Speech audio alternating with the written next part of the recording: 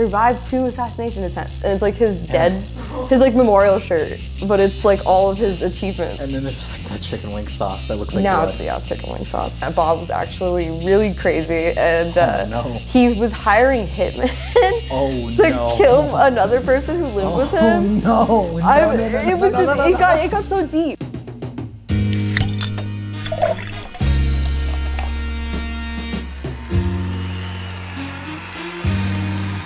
Welcome back to Beers with Beers. I'm your host, Sandia. Today's guest is an artist, painter. Her most recent piece of work, Born Into This, was just displayed in a gallery. Please welcome Milan to the show. Thank you. How are you doing? Good, how are you? I am good. I'm glad I think you are our first painter. Yeah? I think. That's exciting. Let's get into it. All right.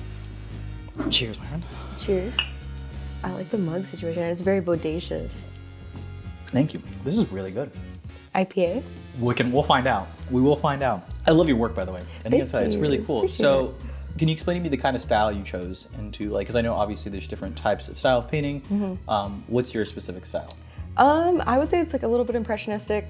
I kind of dabble in realism. I was really inspired as a kid by John Valadez. He's a Chicano painter, oil painter. He started off as a photographer, I think in like the 60s and 70s, and then transitioned to painting.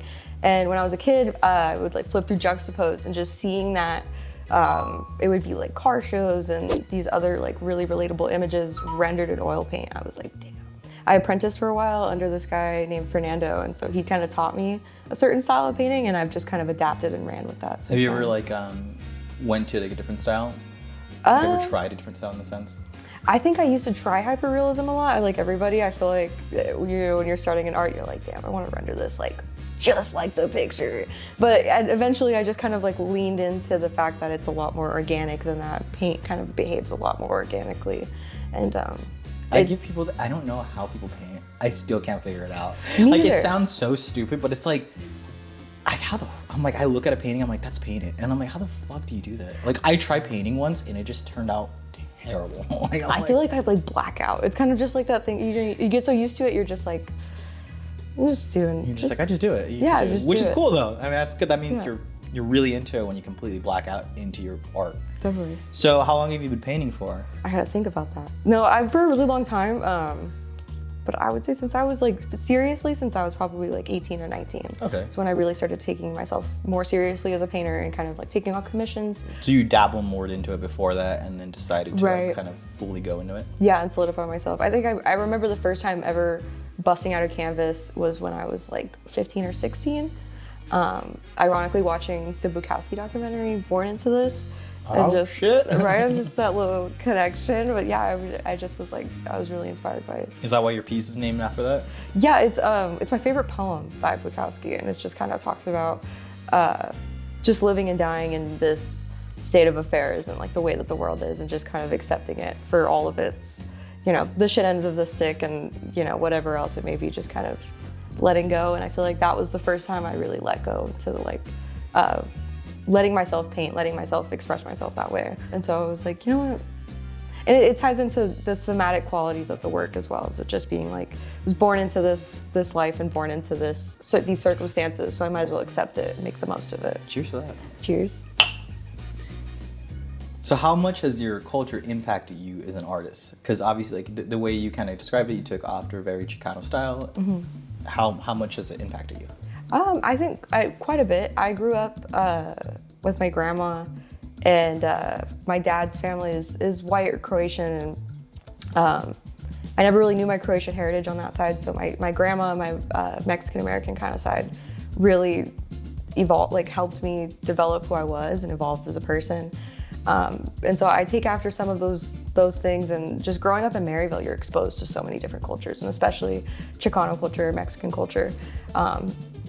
I burped so heavily that it's like, it really was a big impact on my work. But I think kind of just navigating life within that environment, as well as like I had, drug addicts in my family, and so just like navigating those spaces, the goods and the bads, like the weird nuances, and it makes you who you are, definitely. Yeah. And like it does, obviously, it has a great impact on your work too, because like you said, your work is really good. Obviously, you took off of like Chicano heritage, and like you had like a piso out or a couple different pieces which had like household items. I thought that was so cool. It was like Suavitel, Fabuloso, Comet, which is like simple like things that you find in any like Mexican household. Yeah, it just was like something about making these everyday items into an iconography and sort of this like language of that culture and that like environment. So like growing up in those spaces, you know, it's just something that I feel like not only did I have in my household, but like my friends had. And when I seen it, I was like, I had every single one of these items in my household growing up as a kid. Right, and like so did so many people that we grew up with, we went to school with, and it's like turning them from, you know, just these things that we recognize to displaying them not only just in like a painting, but like in oil paint, where it's just like such an exclusive medium, it feels like, and it's been so long unattainable, and it's like, well, now I'm painting a Fabuloso bottle, and that's like something you can go to the Dollar Tree and pick up down the street, and that juxtaposition between those two things was really important for me to kind of bring out and be like, no, I'm gonna heighten something that not only myself and my friends had. So besides your paintings of Fabuloso, Comet, I think another cool one you did, which kind of represents everyday living in the West Valley, was like Polar Pop, and like you did one that's like Swisher Wraps, which as a kid, like especially Polar Pop, like every day after school you go and like that's all you could afford. Like I'm gonna buy 79-cent Polar Pop from Circle K. My grandma used to get Polar Pops too. Like every day it would have to be a Diet Coke, 44 ouncer. Yeah, same. Not Diet Coke though, but I would go every day after school. Just get one. Just like, all right, I'm gonna get Diet Coke. No, but it honestly, they're really cool works that they're just so simple. That's why I like them. Like I just liked how simple they were in that. I appreciate that. Oh man, my God. I spilled. It's all good. Hopefully. Yeah. And then the video shirt's just completely Just all fucking two different beer. colors. Oh it's like my darker gosh. red, lighter red. I was trying to pick a shirt when I was coming here, and I couldn't find one that wasn't stained. I was like, and they were fresh out the laundry. I was like, oh my God, like. You should have came in with stained shirt. I was going to. I have a Pope shirt, and I got chicken wing sauce on it, but it looks like you killed the Pope. Like it's got like a blood splatter, but it's like buffalo sauce. It's not really the best look, but it's sick. You should have worn it. It's I a would have cool fucking shirt. lost it. Just like, this isn't blood, this is chicken wing. Yeah, it's just like Pope John something. I don't know. They're all fucking Pope John at that point, but it's Pope something. And then on the back, it's like survived 2 assassination attempts, and it's like his like memorial shirt, but it's like all of his achievements. And then there's just like that chicken wing sauce that looks like now blood. it's chicken wing sauce. That was a good throw. that was a really good throw. It was Alaskan white. Alaskan. I like the polar bear. There's a polar bear? There's a polar bear. Whistler. Why does it smell like that? I don't know. It's brewed with spices though. That's sick. It was good though. Honestly, it was a good tasty. beer. Women should never drink. They're pregnant. I just thought it said in general. I was like, whoa, they're crazy. He's like, drink this. Beer number dos. Número dos. All right. This color is nice. I know it's nice. We're gonna find out if it tastes nice though. That's better than the last one. Why does it taste like hot wings? What the fuck? It kind of does. Wait, try it again. No, think the about vinegar. hot wings. The vinegar is hitting. I feel it tastes like fucking hot wings. Holy shit. Wingstop came out with 2 new flavors. Did you know that? I don't eat Wingstop very often, to be honest. What? We had a discussion about wings. We're trying to discuss like what are really good wings, and All flats, Juan, extra the editor crispy. right here, is like, Long Wong wings are the best. Okay, Long Wong wings hit. If you like crispy wings, Long Wong's fucking hit. They're okay. Their pizza's trash. Their pizza's fucking garbage. It tastes Fair like enough. fucking cafeteria pizza. That's a big statement. That's a big statement. It is. It tastes like I had it. I'm like, I what don't is know this about shit? that. Cardboard? Like Little Caesars is better pizza than man. that. Little C's. Sacrilege. I'll even say Pizza Patron is better than that. Not Pizza I'll Patron fucking with say the it. fucking flat. Have you ever had what's it called? A thin crust Pizza Patron fucking pizza? It's literally a quesadilla. I shit you not. So you mentioned addiction earlier. Yes. And about like how families with addiction. And you did a piece a while ago kind of representing that, was called Bob's Car, which was a painting of your neighbor's car, which I thought was really cool. Yeah. Interesting. Tell me about that.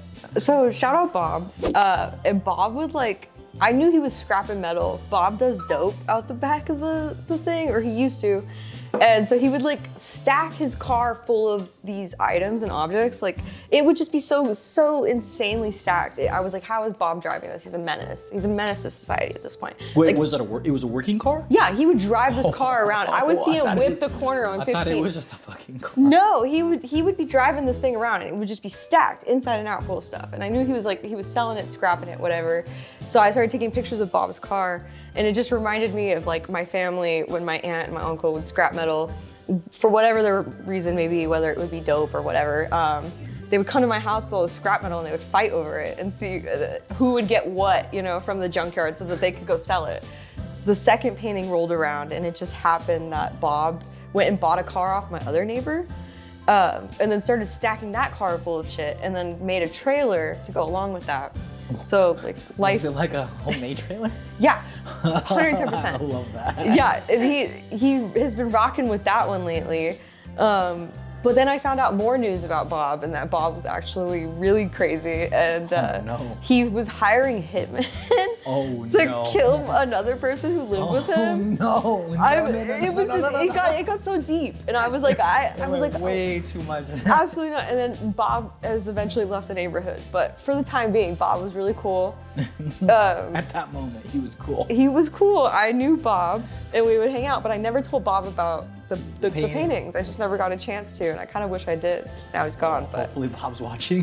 Hopefully Bob's watching. One day he'll see. Or he's not. I hope he's not in prison. He seemed good. He has his trailer. He hired hitmen. Yeah, hired hitmen. Good. That's what I heard. It's been an event living at that complex. I think anytime people are in that depths of addiction, it's to me like they're very the way they earn money is we got to go on this today. We got to go on this quest.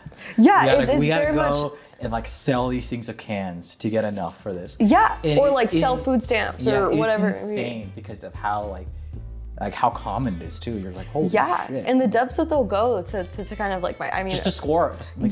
Just to do what make whatever ends meet that they're trying to meet. And I've had family that's pawn stuff. I've had family that's my real dad saying 100%. Yeah. I remember it's gonna sound terrible, but my mom had to pin money out of us as babies. So he didn't take the money, hide it. And I'm like, the depths addicts will go for shit is insane. But I like the paintings. It's just it's such a cool representation. Thank you, I appreciate of addiction. Because it shows an addict's lifestyle in that sense. Yeah. And how much they will go in that way. And I don't want it to be negative in any sort of sense. I really want to keep that it isn't. Your story about it isn't. It's in a way comedic and playful, which is good. Yeah, which is good. It is have obviously a darker undertone towards it because he is suffering from whatever drugs he's on. But still, I think Bob is definitely an interesting man. He's a character, and I feel like he's just a part of that bigger story too. Of not only as a child being influenced by my environment, but as an adult having to navigate a similar environment, if not the same. I lived right next door to Bob, or right down, the way, and it's it's been really cool to be able to represent that in a different form. And then I know you did another piece I thought was really cool. Usually, from the looks of it, a lot of your paintings is done on canvases, for the most part. But you did one on skateboards called Grandma's Kitchen. Oh yeah. Can you tell me a little about that one? Yeah, my dad collects skateboards. He's used to be a skateboarder back in the day, and he still does. But back then he was in Trans World and a part of the whole Desert West scene. And so I took some of his old skateboards, whether they were vintage skateboards or whatever, to kind of represent that countercultural element of my upbringing. And then I would paint my grandma's dishes on top of them. So the Pyrex and the Corningware that your grandma used to make food in, or casseroles my grandma would make all the time, or stuff like that. So I would have the same kind of juxtaposition of countercultural elements and then the traditional elements that influenced me growing up. I really like that series, and it's really cool. Thank you. Because I loved it how it was on skateboards, and then it was called Grandma's Kitchen, which is something you don't see in a grandma's kitchen, which I thought was just hilarious in that sense. But Thank you. I keep laughing anytime I say in that sense because I'm trying to stop saying that word. Stop, I do the same thing. And they called me out on it. You gotta stop saying in that sense. And I'm like, thanks. And anytime I say it, I look at him because he's like, you gotta stop saying it, man. And so I keep doing it. And I hear it and I'm like, fuck, I said it twice. Twice. Better than one. Better than multiple times. I caught myself. Funny. All right? But I'm just gonna keep saying it now. But no, honestly, it's a really cool piece. That was the first series that I kind of finished or started and finished before Bob's Car and the scrapping series. And I feel like it was definitely that prerequisite to like really expanding how far I could go with painting and being like, damn, I can push whatever I need to. And, like, so what exactly is the scrapping series? I know that like you mentioned it, but I don't really understand it. Like what exactly is it? So I started doing this series just based on scrapping metal and then, you know, having to navigate that environment of addiction and within the context of just living in Phoenix and living in the area that we do. And so I started off with the 2 paintings of my distant aunts, and I basically painted their portraits side by side, and then I painted a cockfight over it. Both because like I feel like cockfighting is just like this really great representation of like the internal struggle of families, and especially like machismo culture within a Mexican American kind of family. And I feel like that cockfighting really like represents that plight and that struggle. It has these weird just ties, and so I transposed that over those portraits, and then also put the we buy houses and fast cash for diabetic test strips. Those signs that you see when you're driving down the highway or driving on the road, and like they're just these really great representations of that struggle for cash and that struggle for, I don't know, surviving. Yeah, I always remember like those signs or the title loans. Title loans, yeah. We buy Quick cash, we buy gold. The cans. Anything. I always remember as a kid, squashing cans. Yep. And like being in the backyard, we'd use a shovel and just like beat the shit out of cans so my grandma couldn't take them. I always told my dad, I was like, fill them with rocks. He's like, you can't fill them with rocks. They know. They know. They know you're and I gonna asked her, rocks. why don't we do this? And she used to work at the hospital. She would always take cans home, and I had to open them, but she wouldn't like clean the bag. There'd be like gloves in there and shit. I'm like, is this safe? She's like, don't worry about it. Yeah. I was fucking squishing them, and then like we'd take them. Like, oh, it's $20. Here you go. Yeah. And I'm like, oh, thanks, Nana. And it doesn't always have to be addiction, you know what I mean? To be a part of like scrapping, it was just like how she was. Like, and just making those ends meet, you know? Like she would. My grandma's very like she's not super frugal, but the way she went about things is very. She's resourceful. She's cheap. I'll say it that way. I did roofing when I was like 11. I love that. And I was like, how do I get this like asphalt shit off me? They're like, gasoline. I'm like, what? I'm like 11. They're all turbulent. All right, what is this beer that we have that tastes like wings? It was a strawberry rhubarb? That's why, because it was fucking rhubarb, bro. The fuck? Rhubarb. Great divide. How many percentages? I'm like twisting the can. 6.2. It tastes like a fucking hot wing. It tastes like straight up hot wings. It gives strawberry. It gives strawberry and then strawberry hot wing. We are in our game time. So, we don't have a name for the game yet. Someone wanted to name it the Wheel of Fun.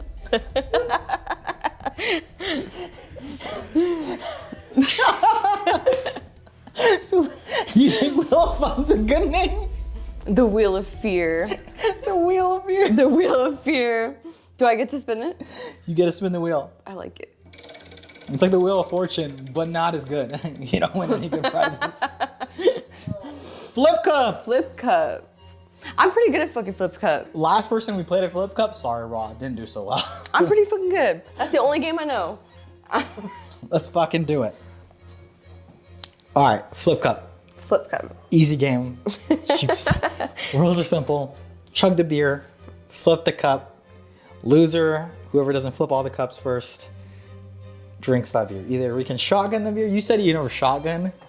So, or you can just chug it, whatever. Okay. Alrighty, we'll start off with the inner beers and go to the outer beers. Okay.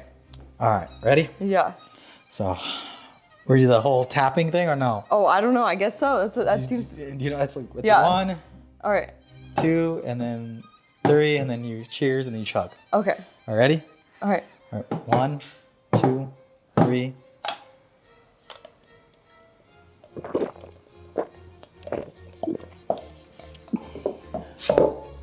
Fuck. These cups are a little harder to flip. They're heavier. Oh my god. Oh my god. Oh no.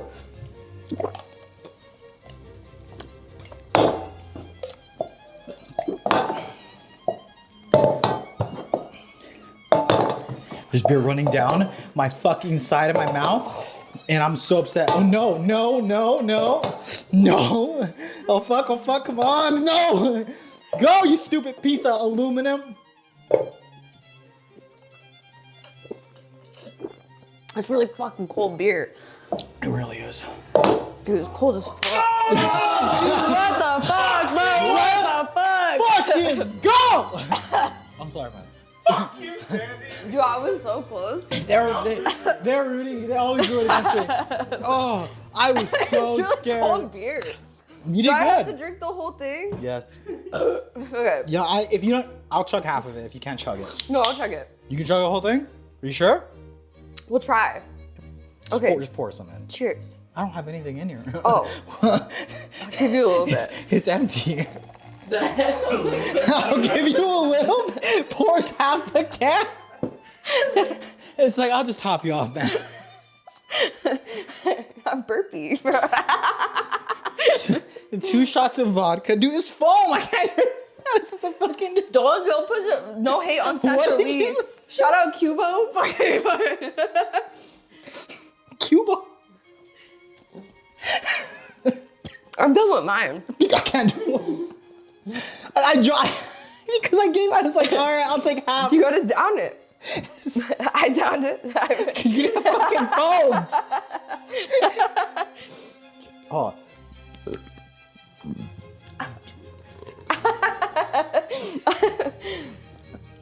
Imagine I just threw up. It's cold. But Chug it. You gotta go. Drink those seconds.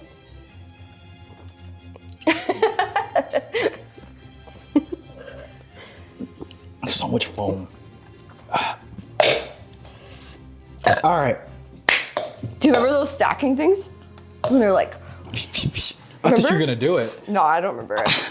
I don't know the I secret. thought you knew how to stack cups. No, I couldn't afford that.